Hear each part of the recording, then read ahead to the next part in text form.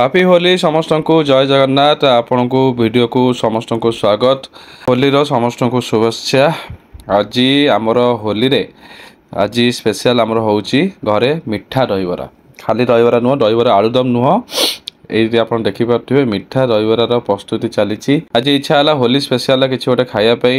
ତ କେତେ ସେ ନନଭେଜ୍ ଖାଇବ, ତ ଆଜି ଗୋଟେ ଇଚ୍ଛା ହେଲା ଦହିବରା ଖାଇବା ପାଇଁ। ଦହିବରା ତ ଆମେ ତା ପୂର୍ବଦିନ ଜଷ୍ଟ ଯାଇକି ଆଳୁଦମ ଦହିବରା ସବୁ ଏମିତି ଖାଇକି ଆସିଥିଲୁ। ସେଥିପାଇଁ ଦହିବରା ଆଉ ଆଳୁଦମ କରିକି ଖାଇବାକୁ ଇଚ୍ଛା ନଥିଲା। ସେଥିପାଇଁ ଆଜି ଆମେ ପ୍ରସ୍ତୁତ କରୁଛୁ ମିଠା ଦହିବରା। ଏଠି ଆପଣ ତାର ପ୍ରସ୍ତୁତି ଦେଖିପାରୁଥିବେ। ତେଲ ଗରମ ହେଇ ସାରିଥିଲା ପୂର୍ବରୁ ଏଥିରେ ବରା ଗୁଡ଼ାକ ଗୋଟେ ପରେ ଗୋଟେ ପଡ଼ି ଚାଲିଛି। ତାପରେ ଗୋଟେ ଭାରି ଅଲରେଡ଼ି ବାହାରି ସାରିଛି। ଯେଉଁ ଭାରିଟା ପ୍ରଥମ ଥର ବାହାରିଲା ତାକୁ ପୁଣି ଥରେ ଆଉ ଥରେ ପୁଣି ପକେଇକି ତାକୁ ଛଣା ହେବ। ଏଠି ଦେଖିପାରୁଥିବେ ବିରି ବଟା ଏଥିରେ ହେଇଛି। ଏଇଟା ହେଉଛି ଦହି, ଏଇଥିରେ ବରା ପଡ଼ିବ। ତାପରେ ସେଥିରେ ଗ୍ରାଇଣ୍ଡିଙ୍ଗ ହେଇକି ଚିନି ଆଉ ବାକି ଜିନିଷ ପଡ଼ିକି ତାକୁ ମିଠା ବରାରେ ତିଆରି ହେବ। ଦେଖିପାରୁଥିବେ ଏଠି ଆପଣଙ୍କର ବରା ଛଣା ହେଉଛି। ଦେଖିପାରୁଥିବେ କେତେ ବଢ଼ିଆ ଦେଖାହେଉଛି ବରା ଗୁଡ଼ାକ। କିନ୍ତୁ ଏଇ ବରା ଡାଇରେକ୍ଟ ପଡ଼ିବନି, ଚିନି ଦହି ଏଇଟା ଗ୍ରାଇଣ୍ଡ କରାହେବ। ଏଇଟା ଗ୍ରାଇଣ୍ଡ ହେଇସାରିଲା ପରେ ସେଇଥିରେ ମିଶିଲା ପରେ ସେଥିରେ ବରା ପଡ଼ିବ। ବରା ପଡ଼ି ସାରିଲା ପରେ କିଛି ସମୟ ରହିଲା ପରେ ତାପରେ ମିଠା ବରା ତିଆରି କରିବେ। ଆକୁ ଆପଣ ଚାହିଁଲେ ପାଣିରେ ମଧ୍ୟ ଭିଜେଇକି ରଖିପାରିବେ। ତାପରେ ମଧ୍ୟ ଆପଣ ସେଇଟା ତିଆରି କରିପାରିବେ। ଏଠି ଦେଖନ୍ତୁ ଅଛି ବରାଟି ଏପଟେ ଛଣା ଚାଲିଛି। ବେଶୀ କଡ଼ା କରିବେନି କି ପିଆଜ କିଛି ପକେଇକି ବରା ଛାଣିବେନି, ନହେଲେ ଭଲ ଲାଗିବନି। ଦହିବରା ମିଠା ଦହିବରାର ମାନେ ହିଁ କିଛି ରହିବନି। ତ ଦେଖିପାରୁଥିବେ ଆପଣ ଗ୍ୟାସର ଫ୍ଲେମ୍ ମଧ୍ୟ ଏତିକି ରହିବ। ମିଠା ଦହିବରାରେ ପୁଣି ଆପଣ ସେଉ ଦହିବରା ଯେଉଁ କ'ଣ ସେଉ ଆଳୁଦମ ଏସବୁ ପକେଇକି ଆଉ ଖାଇବେନି। ମିଠା ଦହିବରାଟା କେବଳ ବରା ସହିତ ମିଠା ଦହି ସହିତ ଆପଣ ଖାଇବେ, ଦେଖିବେ ବହୁତ ବଢ଼ିଆ ଲାଗିବ। ଦେଖିପାରୁଥିବେ ଗୋଟେ ଭାରି ଅଲରେଡ଼ି ଛଡ଼ା ହେଇକି ମାନେ କଢ଼ା ହେଇକି ରଖା ହେଇଯାଇଛି। ତାକୁ ପୁଣି ଥରେ ପକା ହେଇକି ଛଣା ହେବ। ଦେଖିପାରୁଥିବେ କେତେ ବଢ଼ିଆ ଦେଖାହେଉଛି ବରା, କେତେ ବଢ଼ିଆ। ଦେଖନ୍ତୁ ଆକୁ ଏଇନା ଆମେ ଭାଙ୍ଗିକି ଦେଖିବୁ। ଦେଖନ୍ତୁ କେତେ ସହଜରେ ଭାଙ୍ଗି ଯାଉଛି, କେତେ ସ୍ମୁଥ୍ ଅଛି ଆଉ ଭିତରଟା କେତେ ବଢ଼ିଆ ଦେଖାଯାଉଛି, କେତେ ନରମ ଅଛି। ତ ଏଇଭଳି ଭାବରେ ଆପଣ ଯେତେବେଳେ ବରାଟା ପ୍ରଥମ ଥର ଛାଣିବେ ତାର ଟେକ୍ସଚରଟା ଆପଣ ଜାଣିପାରିବେ କେମିତି ଦେଖାଯାଉଛି ଆଉ ଭିତରଟା କେମିତି ରହେ। ଦେଖିପାରୁଥିବେ ବରା ଗୁଡ଼ାକ ଏମିତି ଗୋଟେ ଜାଲି ମାଧ୍ୟମରେ ଆପଣ ଆରାମସେ ଧୀରେ ବାହାର କରିଦେବେ। ବାହାର କରିସାରିଲା ପରେ ତାକୁ ଗୋଟେ ଜାଗାରେ ରଖିବେ। ବରାଟା ନରମ ଅଛି ନା ନାହିଁ ଦେଖିବେ। ତାପରେ ପୁଣି ଥରେ ଯେମିତିକି ମୁଁ କହିଥିଲି ପୁଣି ଥରେ ଆପଣ ତେଲରେ ପକାଇଦେବେ। ଗ୍ୟାସର ଫ୍ଲେମ୍ ଏତିକି ରହିବ, ଆପଣ ଦେଖିପାରୁଥିବେ ହାଇ ଫ୍ଲେମ୍ରେ ଅଛି। ଓକେ, ତ ବରା ଏବେ ଚାଲିଛି ଛଣା। ତ ଆଜିର ହୋଲିରେ ଫାଇନାଲି ଆମର ମିଠା ଦହିବରା ଖାଇବାକୁ ଇଚ୍ଛା ଯେହେତୁ ହେଉଥିଲା, ଆଜି ଆମର ମିଠା ଦହିବରା ତିଆରି ଚାଲିଛି। କିନ୍ତୁ ଆପଣଙ୍କର ହୋଲିରେ କ'ଣ ଚାଲିଛି ଆପଣ କମେଣ୍ଟ ବକ୍ସରେ ନିଶ୍ଚୟ ଜଣାଇବେ।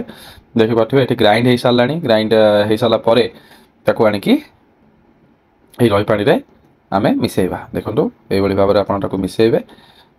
ଧୀରେ ଧୀରେ କରି ପକାଇବେ। ଦେଖନ୍ତୁ ଭଲ ଭାବରେ ପକାଇ ସାରିଲା ପରେ ତାକୁ ଭଲ ଭାବରେ ଗୋଳେଇବେ। ଏଇଠି ରହିଛି ବରା ଦୁଇଥର ଛଣା ହେଇସାରିଲା ପରେ ଏଠି ଦେଖନ୍ତୁ ଛଣା ଚାଲିଛି। ନେକ୍ସଟ ଭାରିଟା ଛଣା ଚାଲିଛି। ଭଲ ଭାବେ ତାକୁ ଛାଣିବେ, ବେଶୀ କଡ଼ା କରିବେନି। ଦେଖନ୍ତୁ ଏଠି ସ୍ୱାଦ ଅନୁସାରେ ଲୁଣ ଆପଣ ପକାଇ ପାରିବେ।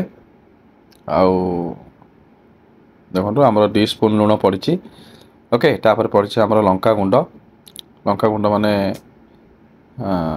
ଆକୁ କ'ଣ କହନ୍ତି ଆକୁ ଜିରା ଲଙ୍କାଗୁଣ୍ଡ। ଜିରା ଲଙ୍କାଗୁଣ୍ଡ ଆକୁ କହନ୍ତି, ଖାଲି ଲଙ୍କାଗୁଣ୍ଡ ନୁହଁ।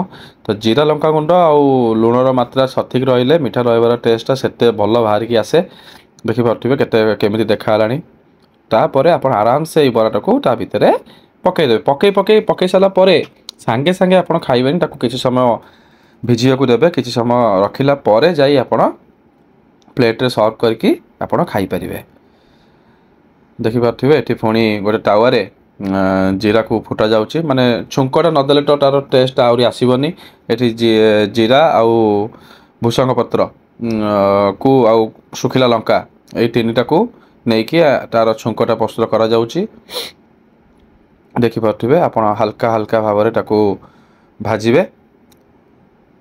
କେବଳ ଯେ ଦହି ଆଉ ଚିନି ଦହି ପାଣିରେ ଖାଲି ବରା ପକାଇ ଦେଲେ ଯେ ମିଠା ଦହିବରା ହେଇଗଲା ତା ନୁହେଁ। ଏଇଟା ହେଉଛି ତାର ଅସଲି ଜିନିଷଟା, ଯେଉଁଟାକି ଆପଣଙ୍କର ଟେଷ୍ଟଟାକୁ ଆହୁରି ସୁମଧୁର କରିବ, ବଢ଼ିଆ ଲାଗେ, ଟେଷ୍ଟ ଲାଗେ। ତ ଏଇଭଳି ଭାବରେ ଜିରା ଧନିଆ ଭୃଷଙ୍ଗ ପତ୍ର ଆଉ ଶୁଖିଲା ଲଙ୍କାକୁ ଭଲ ଭାବରେ ଭାଜିବେ। ଭାଜି ସାରିଲା ପରେ ତାକୁ ନେଇକି ଯେଉଁଠି ଆପଣ ବରାକୁ ଦହିରେ ପକାଇ ସାରିଛନ୍ତି ତା ଉପରେ ଆପଣ ଢାଳିଦେବେ। ଦେଖନ୍ତୁ ଆମେ ଏଇନା ନେଉଛୁ ଏଇଠି ଠିକ୍ ଏଇଭଳି ଭାବରେ ତା ଉପରେ ଆପଣ ପକାଇଦେବେ। ଆପଣ ଚାହିଁଲେ ଚାମଚରେ ମଧ୍ୟ ୟୁଜ୍ କରିପାରିବେ ଯଦି ନ ବାହାରୁଛି।